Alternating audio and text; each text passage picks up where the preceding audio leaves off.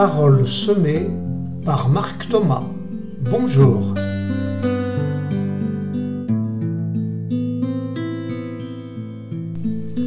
Aujourd'hui, canaliser les émotions et traverser la peur. Merci à Vincent d'avoir bien voulu m'interviewer.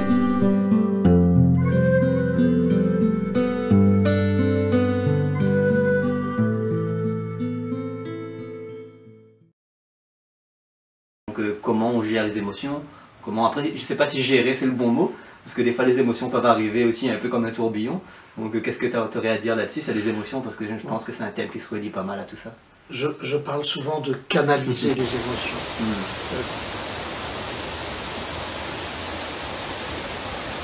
Quand on canalise un torrent de montagne, il faut à la fois, on le canalise à la fois pour qu'il n'inonde pas partout, mais en même temps pour garder toute l'énergie du torrent.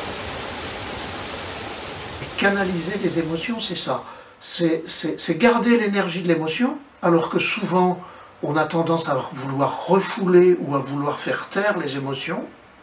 Exemple, je suis en colère, c'est pas beau d'être en colère, donc il faut que je fasse taire ça.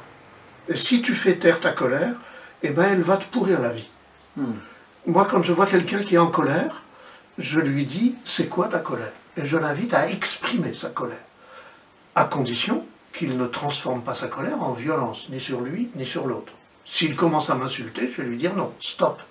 Tu as le droit d'être en colère, tu as le droit d'être en colère même contre moi, mais dis-moi ce que ça te fait, dis-moi où ça fait mal, dis-moi qu'est-ce que tu ressens, est-ce que c'est de la peine, est-ce que c'est de l'agressivité, est-ce que c'est de la tristesse, est-ce que c'est de l'énervement, et chacun sait ce qu'il ressent, mais parfois a du mal à l'exprimer. Et c'est ça mon travail, c'est de permettre à chacun de se réapproprier ses émotions pour découvrir derrière l'émotion de quoi il a besoin pour être bien.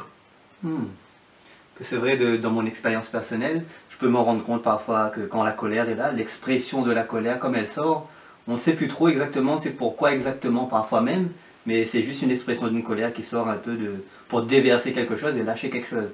Donc dans ce que tu me dis, c'est arriver à comprendre justement que cette colère a un message à nous faire passer peut-être sur quelque chose de plus profond, sur un besoin. Quand on a une situation difficile qui nous met en colère, en général, on raconte le fait et on parle de l'autre qui nous a fait du mal, qui nous a blessés, qui nous a insultés, qui nous a pas respectés. Et on parle de l'autre, on raconte le fait à notre manière, c'est-à-dire le fait tel qu'on l'a perçu, nous, et on accuse l'autre. Marshall Rosenberg nous invite à autre chose. On peut raconter le fait, mais stop à l'accusation de l'autre, et on dit « Qu'est-ce que ça m'a fait à moi ?»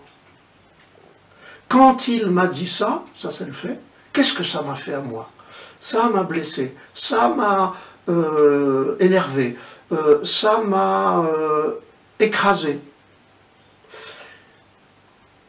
La même parole dite à une autre personne que moi, l'autre personne, elle aurait réagi différemment. Mais moi, ça m'a fait ça. Donc la colère, elle est un message pour moi. Elle est un message de ce que sont mes limites à moi, ce que je ne peux pas supporter quand l'autre parle. Mais moi, je ne peux pas le supporter. Un autre le supportera peut-être.